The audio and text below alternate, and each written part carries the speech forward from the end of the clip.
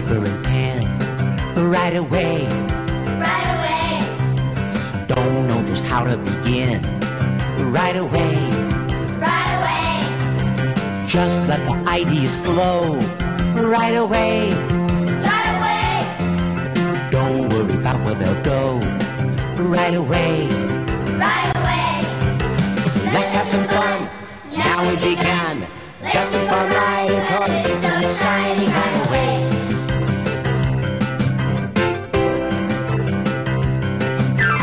Let's have some fun. Now we began. Just keep on riding, 'cause it's so exciting right away. Right away. Right away. Okay, I know we're down 50-0. It's 10 below freezing out there. All our cheerleaders have gone home. Oh. And we have no more sports drink. But we can do it. Hey, why are you crying? I feel lost out there, Coach. I can't catch the ball. Everyone's booing at me. I'm a failure. No, you're not a failure. You hear me? You're never a failure if you go out there and you try hard. Believe me, I know. Even the littlest animal in the forest isn't a failure if he tries hard. You can do anything you put your mind to. You know how I know that? How, Coach? Anna Cassiari, a first grader from Midland School, taught me this in her inspirational story, The Lost Bear. All right, go out there and do your best. Yeah! Once there was a bear, and she just loved roses. One day, she decided to go outside to look for some roses to pick. Oh, how I love roses. Their color, their fragrance. I must have some more roses. I know. I'll go find a rose garden and pick some for the house. But the little bear did not ask her mother for permission to go. She just walked out the door and down the dirt path, leaving her home behind. The little bear found some roses, and she picked them.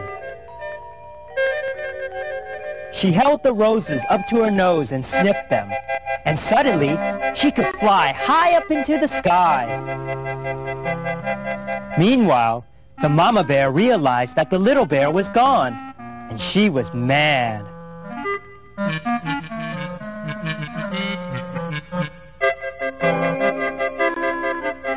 The little bear flew over her house, and when the mama bear saw this, she said, You come down here right now! So the little bear landed and ran to her mother. Here, Mama, I picked these flowers just for you. And guess what? If you sniff them, you can fly. Oh, well, that's very nice, dear. But you have done a very bad thing. You should never leave without telling me. For that, you must be punished. You must stay home for 11 days and promise never to leave again without permission. I promise, Mama. And the little bear kept her promise and the magic roses, and they both lived happily ever after. I'm tired of practicing this ice skating. All I do is practice. I get up at 5 in the morning and practice. Then I go to school. Then I come back here and practice. This is really boring. To be a good skater, you must practice. To be a good student, you must study. Yes, to you it may seem boring to twirl around ice in little skirt, and when you fall down, the audience goes, oh. But you are very lucky to be able to do so much. I guess you're right, Madam Slinky. I have a great life, with lots of friends, and I get to do all sorts of exciting things. Oh, yes. It's much better than it used to be in the old pioneer days when I was a girl. You know, she's right. I read this story about what life was really like in the pioneer days. It comes to us from 4th grader Katie Stahl. And let's all learn about a day in the life of a pioneer girl. And then we practice. This is a story of a pioneer girl raised in the 1800s. Her name was Marta, and she and her family came to America from Sweden in 1852. They settled in Wisconsin and built a farm. They lived in a log cabin. Marta would milk the cows and feed the chickens in the morning. Then she and her family would have breakfast. After breakfast, she would walk to school with her brothers. In school, the children recited their lessons and studied arithmetic until lunchtime, when they went out to play. They would play tag, ring around the rosies, and London bridges falling down. Then they would walk back home to the farm and feed the animals. Marta helped her mother bake pumpkin pies. Then they would all eat dinner. And then go to bed. And that's what it's like, a day in the life of a pioneer girl. The end. All right, everyone. Today is the day we choose the new mascot for our baseball team. Yeah. Now, every team needs a good mascot to cheer them on. Now, you are all given numbers, so let the audition begin. Number 1 is the cheering chicken. Go.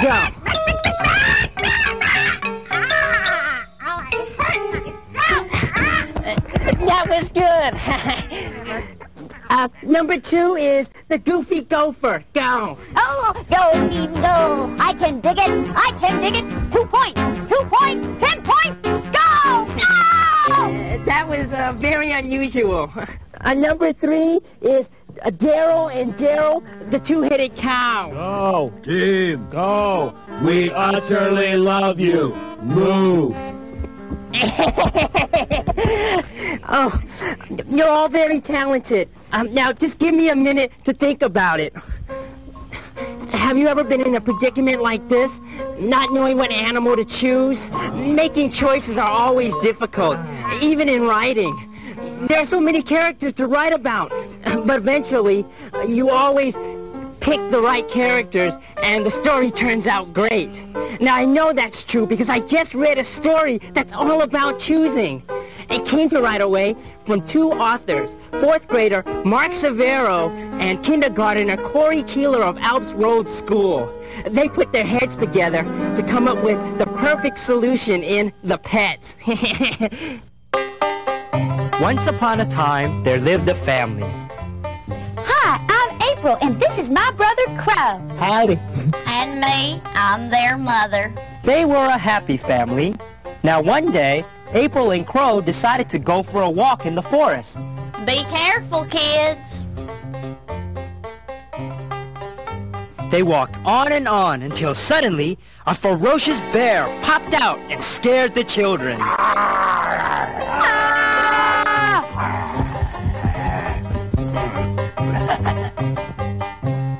Once back home, they told their mother what they had seen. We saw a bear. Well, what did this bear look like? It was big and furry, and it had huge claws. Its breath was disgusting. It smelled like... Children, why don't you go back in the forest, catch that bear, and make him a pet? Oh, Mother, could we? Yes, children. So April and Crow captured the bear and made it their pet.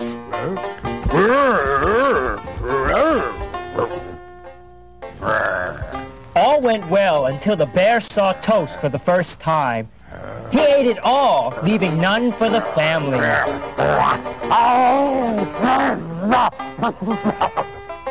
So they let him go.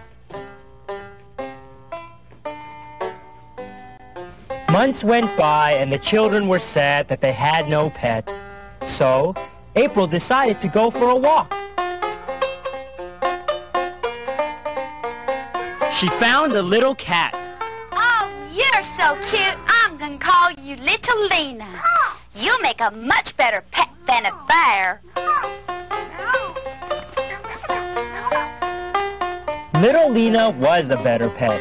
That is, until she started throwing dead mice in the family's face.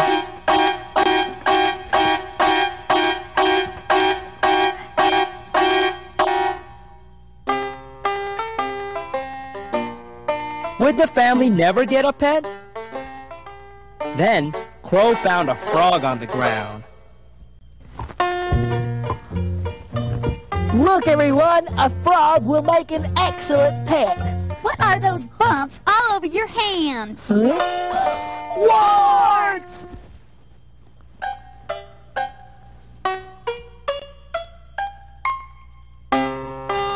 I'm sorry, children, but I don't think we'll ever find the perfect pet. Crow caught a very nice dog.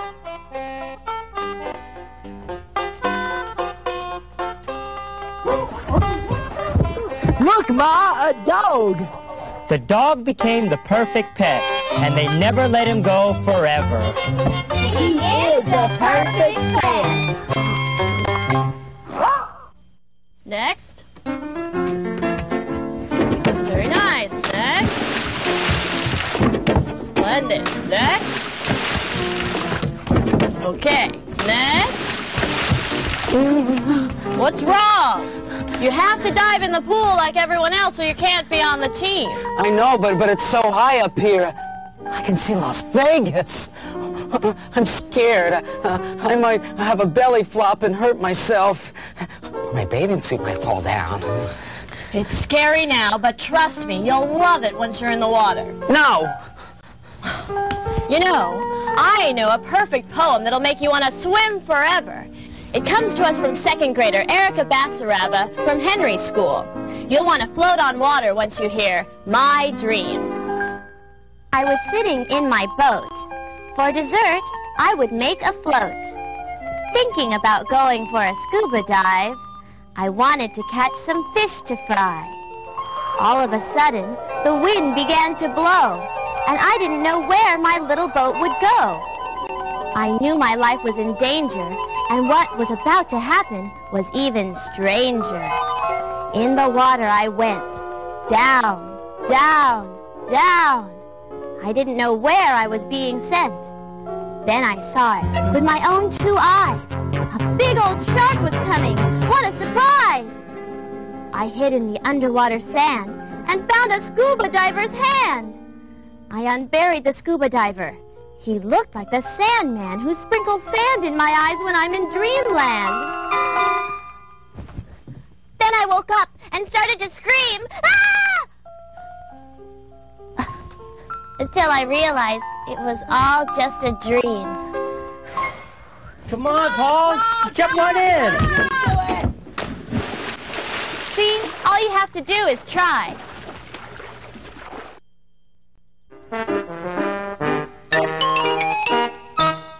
All right, now, when I give you this signal, that means you throw a fastball. Right. All right, now I give you this signal.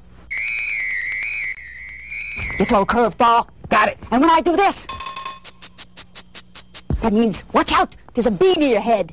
All right, go out and get him, Tiger. Oh, I can't believe it. I'm really gonna play baseball. But there's so much to remember. All the signals, concentration, rules of the game. It's just like writing a story. You have to use the rules of grammar when you write. And you have to stay really focused or you may strike out. I like stories that use imagery to make you feel like you're right there at the game. Third grader Doug Schaefer from Lakeview Elementary makes me feel like I'm right there behind home plate in baseball. It was the first day of baseball. I was up to bat and there was 1 out. It was the last inning and it was all up to me. All right, son. Now, I know you can do it. Don't touch my cookie. I know our star hitter, Slugger, is injured, but the championship, not to mention my job, is on the line. Oh, and did I tell you? If we lose, we'll have to move the entire franchise to Alaska. No pressure. No pressure. Now go get him, son! I had to hit the ball hard. The pitcher started his windup. He pitched the ball, and everyone screamed. I swung my bat and whack. The ball flew into left field.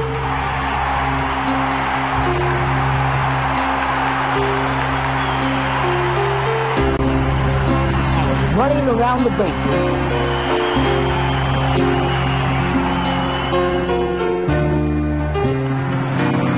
And slid into home.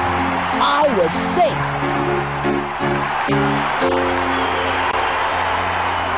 My coach tried to lift me up, and so did my whole team. We won 20-19. I felt so good. I knew you could do it, son! You're a hero! I love this game! Baseball, the end!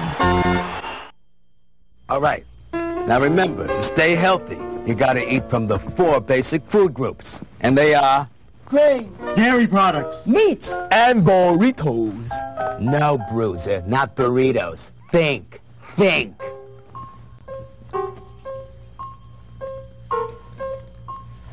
Fruits and vegetables. Very good.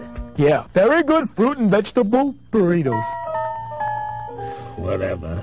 Coach, I've been reading a lot about this eating right stuff, and I found a story that I'd like to share with all of you. Yeah, it comes to us from Carrie McTurk, a 5th grader from Linda Vista School. Find out what happens when you're too picky about what you eat in The Picky Pirates. Once upon a time, there were some pirates that sailed on a ship called the Jolly Sausage Dog. They were very picky pirates, especially about their food. Me soap cod is too salty. Me ankles are swelled up. Arr, this fish is too fishy. It makes my breath smell foul. Yes! And me souffle is flat! You have a souffle? The captain had had enough and called for the cook. Cook! Cook! Yes, Captain? You worthless cook! Can't you make anything we can eat? Why, of course I can, Captain. I can make carrot stew, carrot soup, carrot bread, carrot stew. Walk the plank, you swab! Now, the little cook didn't want to die, so he tried to run away. But eventually he was caught. I've caught him, Captain! Yeah, you took your time. Walk the plank. Not you, him!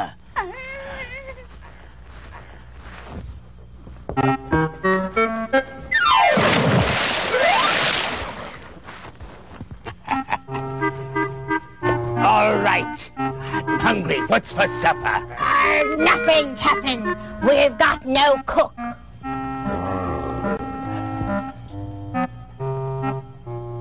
5 days went by, and the pirates were starving. I can't go on, Captain. I'm too hungry. Oh, me belly's as empty as... Somebody else cook.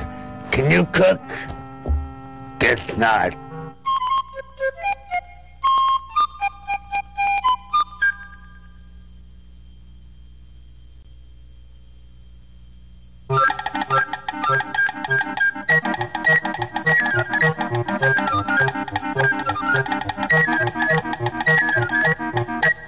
Just as things looked their worst, the cook suddenly appeared.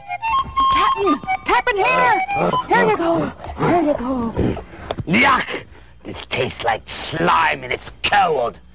Mine is too hot. Ours is just right. And so, for 5 weeks, the pirates ate cold carrot soup, hot carrot soup, and just plain carrot soup. The pirates had learned a lesson. Always read the resume of a cook before you hire him. And be thankful for what you got, even if it's cold and slimy. Eat up, men! And the pirates never complained about food again. The end.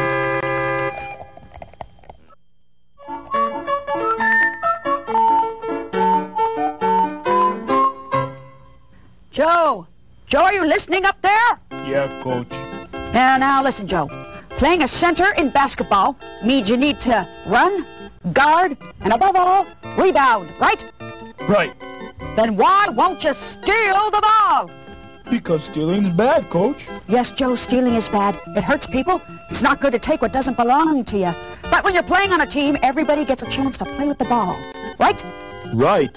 But stealing the ball is bad, Coach. Is there any air up there? Listen, I'm going to tell you a story that will show you the difference between stealing, which is bad, and stealing the ball. And then you'll know what the difference is. I like stories. Yeah, that's good. Listen, this story comes to us from second grader Janae Smith from Midland School. Listen as we find out how bad stealing really can be in The Princess. Once there lived a princess. No ordinary princess. She was pretty, smart, nice, friendly, and wonderful. Her name was Princess Jasmine, and she lived in a castle, like all princesses do. One night, while the princess was sleeping, 2 thieves snuck into the castle window and took all the jewels. Help me up! Help me up! Just be quiet. Get in here.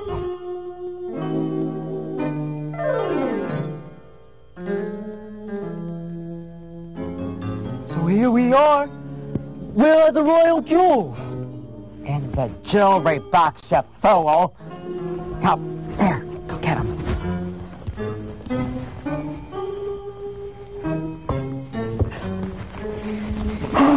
Oh, look at them.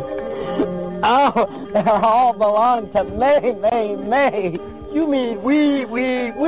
Oh, whatever. Let's do the dance of the jewelry thieves.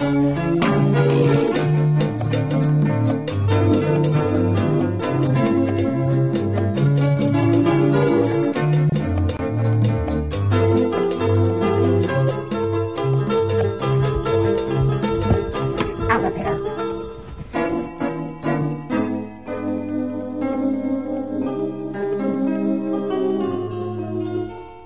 Soon, the princess awoke.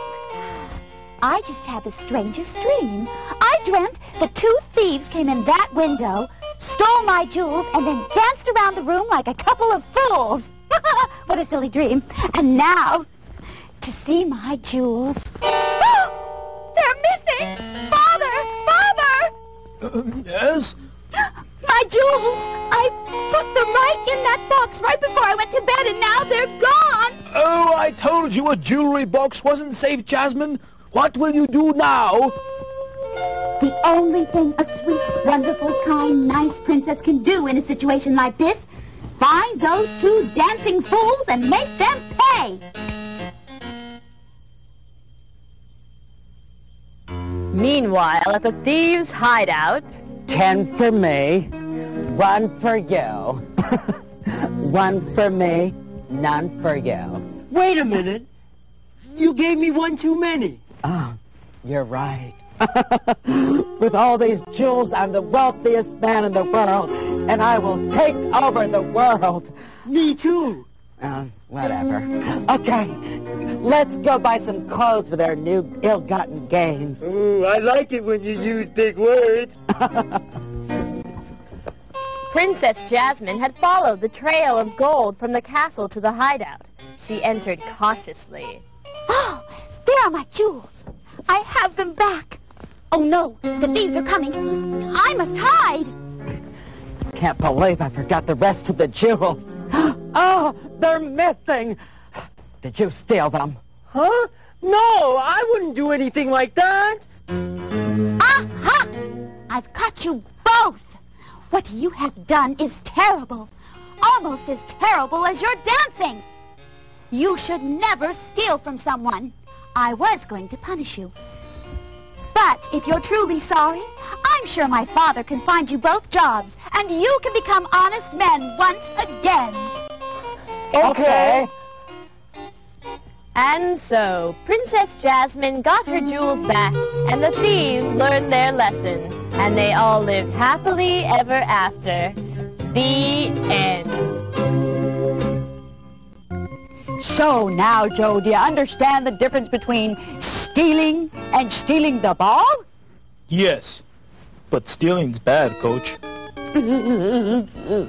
Coach? Coach?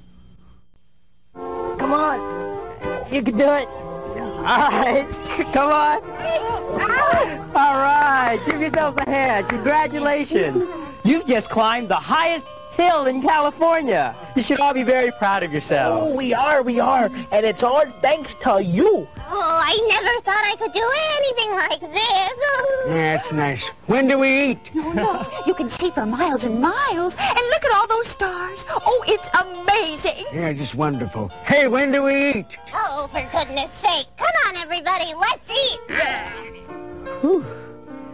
Mountain climbing is exciting. Not only because you use teamwork, but when you reach the top, everything takes on a different quality. When you're way above the ground, you see everything in a different light. A perfect example of this comes to us from first grader Frank C. Ware of Midland School. Watch what happens when 3 boys enter the treehouse. Once upon a time, in a quiet town, there was a treehouse that 3 friends, Frank, Eric, and Anthony, had built. Now, on this particular night, the 3 boys were in their treehouse looking out the window. Nothing ever happens in this town. Yes, we built this treehouse, but there's nothing exciting to see. Hey, guys! Look at that! What they saw was a giant flying saucer coming right towards them. You guys, I think I saw 2 aliens in that spaceship. Yuck! We must find a way to send those aliens back to Jupiter for good and save our planet. And I thought nothing happens in this town. Come on, let's go! Yes.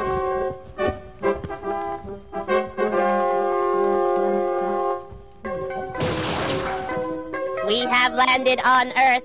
Our mission is a success. Not yet. Now, we must capture some Earthlings and take them back to our planet for experimentation. And if they will not come, then we will tickle them until they do. We have to build a laser beam to send them back to Jupiter. Yeah, right. How are we going to do that? Well, for some time now, I've been thinking about creating a laser beam that won't hurt anybody. Wow. Okay, Mr. Smarty, how does it work? Like this.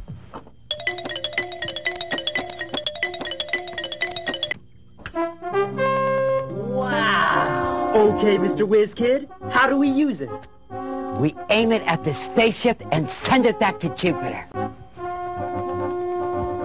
Meanwhile, the aliens had left the spaceship to find humans. Why is the air so brown? Pollution. They must clean up the air. Look, humans! Humans!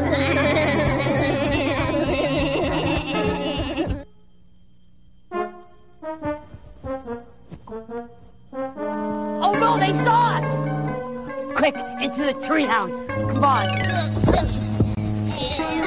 Ah!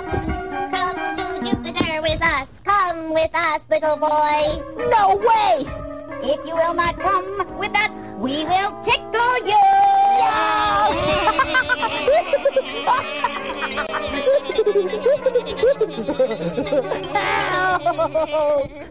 Oh no, they've got Anthony. And they're tickling him. Oh, Anthony's got away. Oh, good. He's running into their spaceship and they're following them. Anthony just came out. Hit the laser beam now, Frank. Frank shot the laser beam, and the spaceship blasted up into the sky, all the way back to Jupiter. Yeah, it worked. I told you. our mission is a failure. We have been blasted back to Jupiter. Not completely. After all, Earth is a strange planet.